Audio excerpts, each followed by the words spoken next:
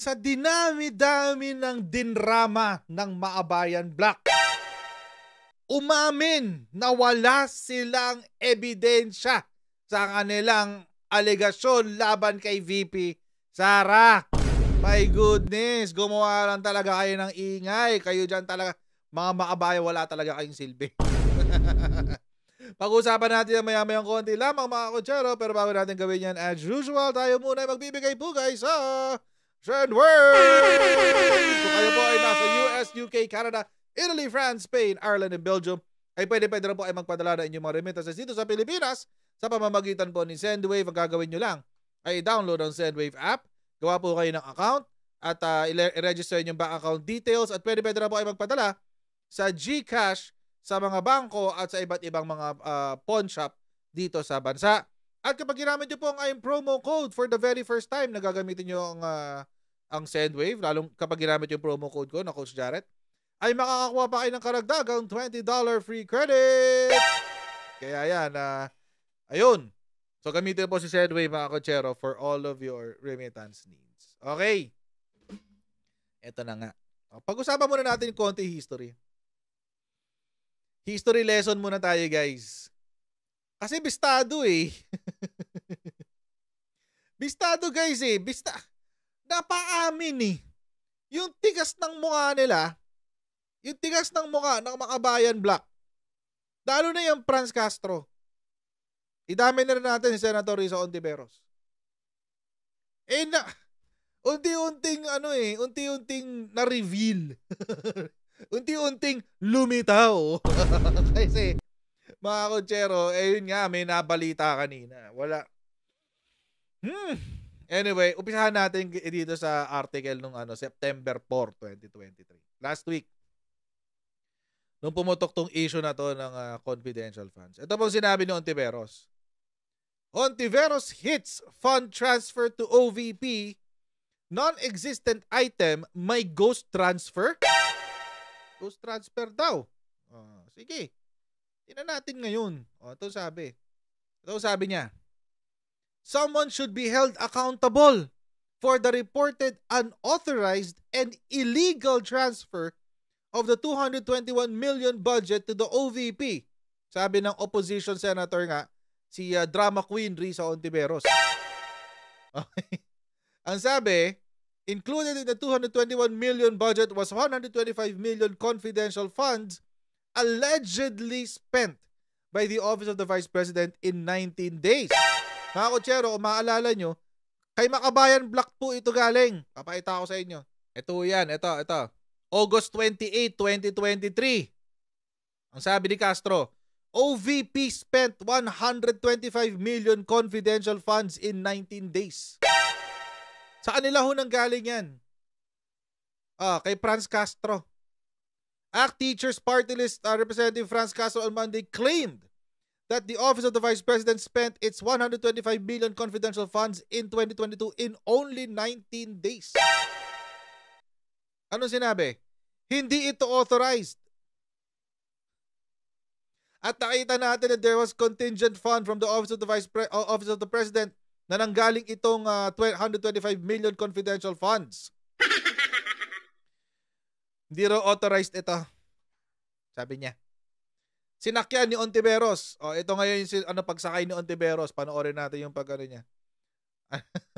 Yung pagsunog niya sa kanyang sarili. Ang sabi ni Risa, kung totoo at tama ang mga napabalitang report, dapat may managot sa unauthorized at malinaw na illegal na pag-transfer ng pondo papunta sa Office of the Vice President noong 2022. These serious allegations and reports demand immediate investigation. Yan. Tapos mga kotsero, so naglabas ng statement si Risa. Yan, ganyan. Di ba? Tapos, hindi pa na kontento si Maabayan Black. Sabi ni Maabayan Black, September 10, Maabayan Black OP's 125 million fund transfer to OVP illegal. Sure sila eh. Sure sila guys eh. Sure na sure sila. Illegal daw guys eh. Hindi naman sinabi dito. This is not qualified Hindi to qualified. Ibig sabihin, sure sila, illegal daw yan, sabi ng Makabayan Black. At ang sabi ng ni Franz Castro, illegal ang paglipat ng Pangulo ng 125 million mula sa contingent fund para bigyan ang Vice Presidente ng confidential funds. Mula sa contingent fund, gagamitin mo as confidential fund? Sabi niya. Bakit dadaanin mo pa sa confidential funds? Eh, di ba dapat nasa regular fund itong mga offices na ito? At hindi ito new office, itong OVP na satellite. Kaya sinabi natin na parang nagkakabuhol-buhol na ang kanilang paliwanag. My goodness. Maipilit nyo talaga eh. Wait lang. Sinabi ba dito na ang what do you call this? Yung appropriations ay para sa new office lamang? I meaning kapag may ginawang bagong opisina? Di ba ang nakasulat sa National Expenditure Plan at saka doon sa pinirmahan na GAA ay not limited to. Not limited to, hindi limitado. Saan lang limitado ang contingent fund? Sa pagbili ng sasakyan at saka sa pagpapagawa ng mga sasakyan. Doon lang limitado siya, doon lang siya hindi pwede. So ano sinasabi mo dito na new office? Ang contingent fund po, mga kotsero, kung napanood nyo po yung videos natin tungkol dito sa confidential funds, pag tinatopic po natin ito, ay para sa new at urgent appropriations that were not included in the previous year's GAA. Yung hindi po naisama sa GAA nung nakaraang taon. Siyempre nga naman, mga kotsero, yung issue ng 2022, for example, sa panahon natin ngayon, 2023, hindi naman natin alam kung ano yung magiging problema next year, 2024. Kaya po may contingent funds. Yun po ang gagamitin para sa mga bagong appropriations the following year na hindi na isama doon sa napirmahan na General Appropriations Act. Ito po, yung paglalagay ng bagong satellite offices ng OVP is a new project. It's a new project of the OVP. Doon po siya papasok. Tapos magsasalita pa to si Franz Castro. Provide complete answers. Ang yabang eh. Ito lang, isang araw lang yan. Oh. Sabi niya kay VP Sara, provide complete answers.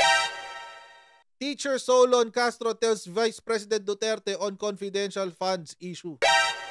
Alam mo mga kotsero, kung si Franz Castro mahilig sa ganito, kasi teacher daw siya, di ba? So provide complete answers daw.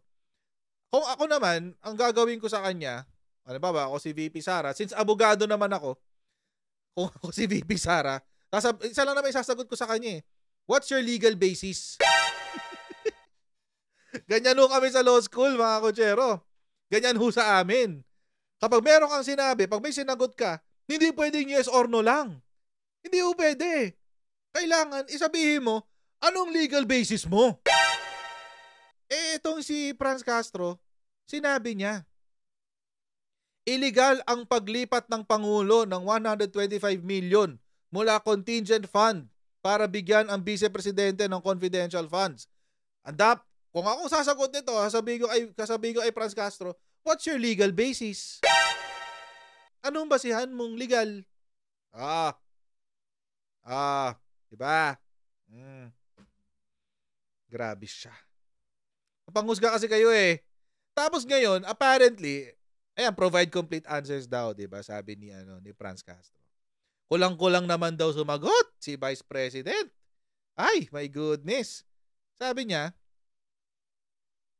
instead of taking ad hominem pot shots at those who questioned her, we urge the Vice President to address the issues head-on and provide complete answers to the questions posed by myself and others regarding her confidential funds.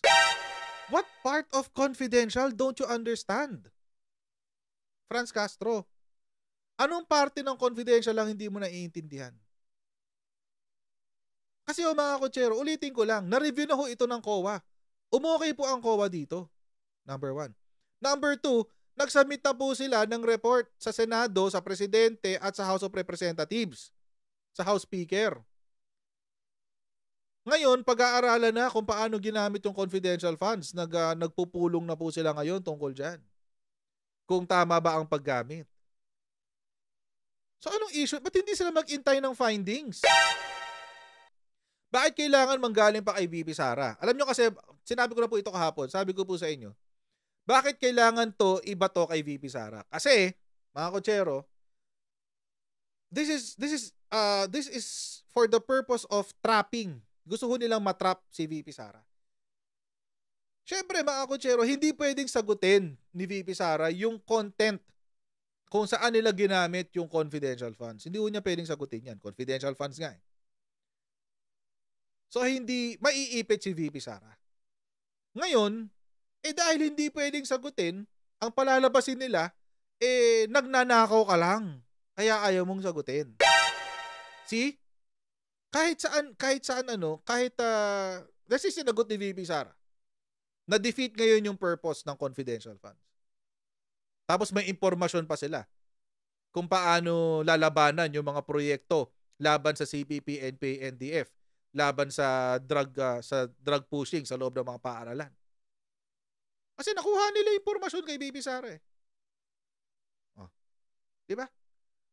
This is really meant to trap VP Sara. Alam naman nila kung anong confidential funds eh, pero ipipilit nila na hugutin yung sagot. Lalo ngayon. Bakit? Napapahiya na sila, guys. Napaamin ang Makabayan Black. Napaamin. Anong sinabi? Ito.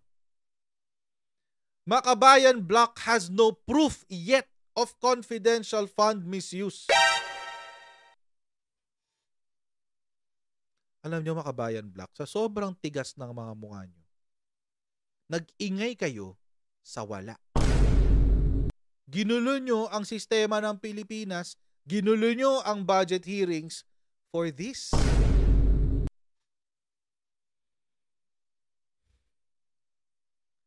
Ginulo nyo ang budget hearings for this. Napakawalang kwenta. Ito ang sinabi ni Arlene Brosas at saka ni Franz Castro. Makabayan Black lawmakers admitted that they do not have proof yet of confidential funds misuse. In a press conference, Gabriela, Representative Arlene Brosas, and ACT Teachers Representative Franz Castro were asked if they had proof of the insinuations about the misuse of confidential and intelligence funds. Anong sagot, mga kotsero? Lakihan nga natin. Gusto ko malakihan tong sagot na to.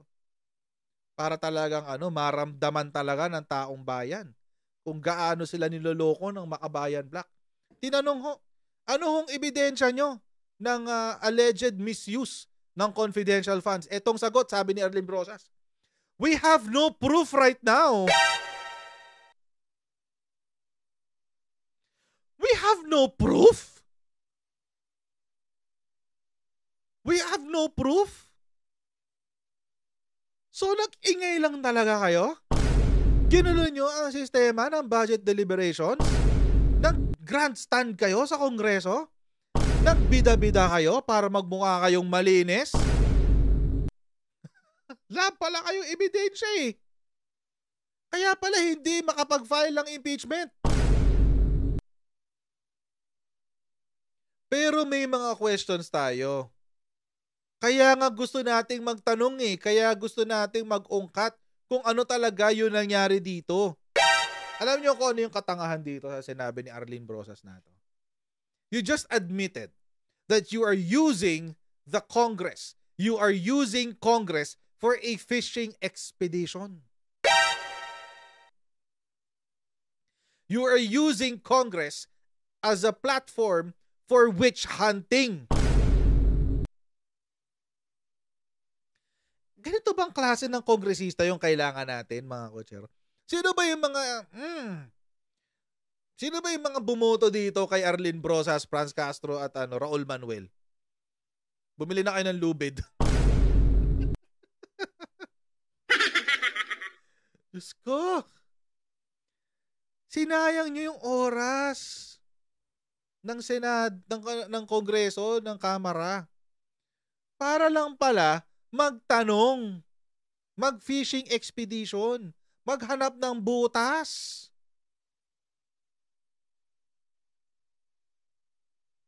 My goodness, nakakadiri kayo. Brosas also mentioned that there are police attachés who used intelligence funds in their travels abroad. O sabi, pag nakita mo ang sa mga report, mga papunta sa mga music festivals, Brosas said. Okay, ba't hindi sila yung kasuhan nyo? Bakit hindi sila yung kasuhan nyo? Ha? Arlene Brosas, Franz Castro. Bakit hindi sila yung dalhin nyo sa Sandigan Bayan? Para sila yung nagiging accountable sa pagkakamali nila sa paggamit ng confidential funds.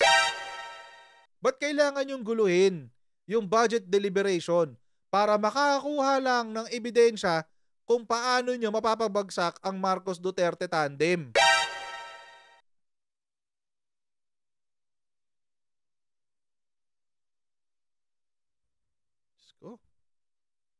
Kung totoo man to, bakit hindi sila yung kinasuhan nyo? Tapos ito pa sabi. Diyos ko, talaga. Walang kwenta talaga nitong grupo na to. Yung sinasabi nating pruweba, dahil nga ito confidential, at hindi natin ma-scrutinize. Hindi alam din ng ating kababayan itong paggamit ng confidential fund. Kaya ayaw nga natin ito. Kung maipapaliwanag lang talaga ng maayos, in broad strokes, kung talagang paano nila ginagamit ito, masasabi natin na talagang ginagamit nila ng maayos. Kaso nga hindi Iniiwasan nila lalong-lalo na si Vice President sa pagpapaliwanag dito. Magkaka-doubt ka dahil bakit hindi masyado pinapaliwanag. Alam nyo mga kotsero, ito si Castro talaga,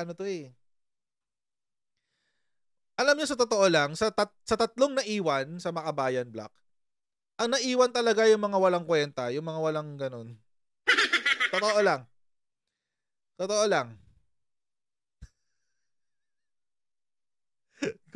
Yung nilagay nyo dyan, yung mga walang utak talaga, promise. Unang-una, how stupid do you think VP Sara is? Seriously, why will she incriminate herself? Kung meron man talaga, kung meron mang maling paggamit, bakit niya i-incriminate yung sarili niya? Number one. Kung meron man. But that is an allegation coming from you. So kung kayo ang nag-a-allege, ba't di nyo patunayan? Wala kayong pinagkaiba sa parang mga mga walang kwentang vlogger dito sa YouTube Yung puro aligasyon, puro chismis. Pero kapag tinanong mo, saan mo nahugot yan? Change topic. Ganun lagi Diyos ko. My goodness. Magpatunay kayo ngayon. Wala pala kayong ebidensya. Buti sana kung meron Diba? Mas makakakumbinsi kayo ng napakaraming tao. And now you just admitted, tinanggap nyo. Inamin nyo na. Number 1, tinatarget nyo lang si VP Sara. Number 2, na wala kayong ebidensya.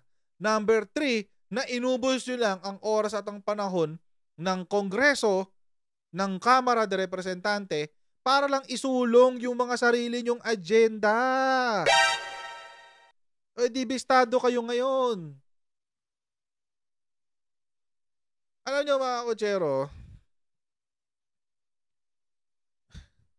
hindi po ebidensya yung hindi pagsagot. Hindi ho ebidensya ng guilt ang hindi pagsagot sa mga aligasyon. It's not. Silence means yes doesn't really mean anything. Sa totoo lang. Yung sinasabing silence means yes. No, it's a load of crap. Sa totoo lang. Ganito kasi sinasabi ng Makabayan Block hindi sinasagot ng maayos So baka guilty. Magkaka-doubt ka kasi hindi pinapaliwanag You don't deserve to know such kinds of stuff. Because you're associated with the CPP-NPA. At hindi namin ipagkakatiwala sa inyo yung kung paano ginagamit ang pondo para supilin kayo. Hindi naman siguro stupid ang mamamayang Pilipino para mabisto yung kabalbalan nyo dito. Makabayan Black. Kaya pala nanggugulo kayo? Kaya pala gusto nyong guluhin ang budget hearing? Kasi naghahanap kayo ng ebidensya para ipupukol nyo sa administrasyon? What a stupid strategy this is. Dapat naghanap muna kayo ng ebidensya. Tapos saka kayo nag-allege ng ganito. Para kahit paano, meron namang silbi itong mga aligasyon nyo, merong laman. Kaya, kaso wala eh. Walang laman eh. All of these are pointless allegations. Wala eh. Anong mapapala mo sa mga pinagsasabi nitong mga to? Tapos pag magsalita sila, tulad ito sa Ontiveros. Sure na sure siya. Malinaw na illegal na pag-transfer ng pondo. Malinaw daw. Si Castro. Anong sinabi? Sure na sure siya, hindi authorized yung transfer ng confidential funds. Hindi raw authorized. Tapos sumagot ang DBM. Ang sabi, authorized daw ng presidente. Galing daw sa contingent funds. Tapos, illegal ang paglipat ng Pangulo ng 125 million mula contingent funds. What's your legal basis, Franz Castro? Kasi nagsalita na ang Supreme Court. May jurisprudence na tayo tungkol dyan. Constitutional daw ang pagkakaroon ng contingent fund. Constitutional daw ang paggamit ng contingent fund to new and urgent appropriations or programs, projects, and activities na hindi na isama dun sa GAA. Constitutional daw eh. So anong legal basis mo, Franz Castro? Yung bias mo? Recently lang sa klase namin, sa law school, merong sumagot, sabi dun sa prof namin, sa dean ng law school namin, sabi niya, sir, I believe that the answer is this, sabi ng dean namin. I don't care about what you believe. I care about what the law says. What is your legal basis? Ay, sabog. Ganun po mga kutsero ang usapan dito. Ginulo po ng Makabayan Black yung meeting, yung mga hearing sa Kamara para lang maisulong yung kanilang agenda. Ginulo po ng Makabayan Black. Humingi pa ng tulong kay Rizzo Ontiveros para siraan si VP Sara. Imagine the waste of time these people called Makabayan Black is. So sa susunod po na eleksyon, sa 2025, magkakaroon po tayo ulit ng elections sa Kamara at sa Senado. Parang awa nyo na po. Huwag nyo na po iboto tong tatlong to. Tanggalin na po natin ang kagat dito sa sa Kamara. Kabataan Party List, Gabriela, at saka ACT Teachers. Tanggalin na po natin sila. Huwag na po natin silang pansinin. Parang awa nyo na. Maawa po tayo sa Pilipinas. Let us stop wasting resources on groups such as these party list representatives. Ayan. So mga kutsero, hanggang dito lang po muna tayong muli. Huwag nyo pong kalimutan mag-like, share, and subscribe. And I'll see all of you in our next Coach Jared Live. Right, so bye everyone. See you next time. Bye.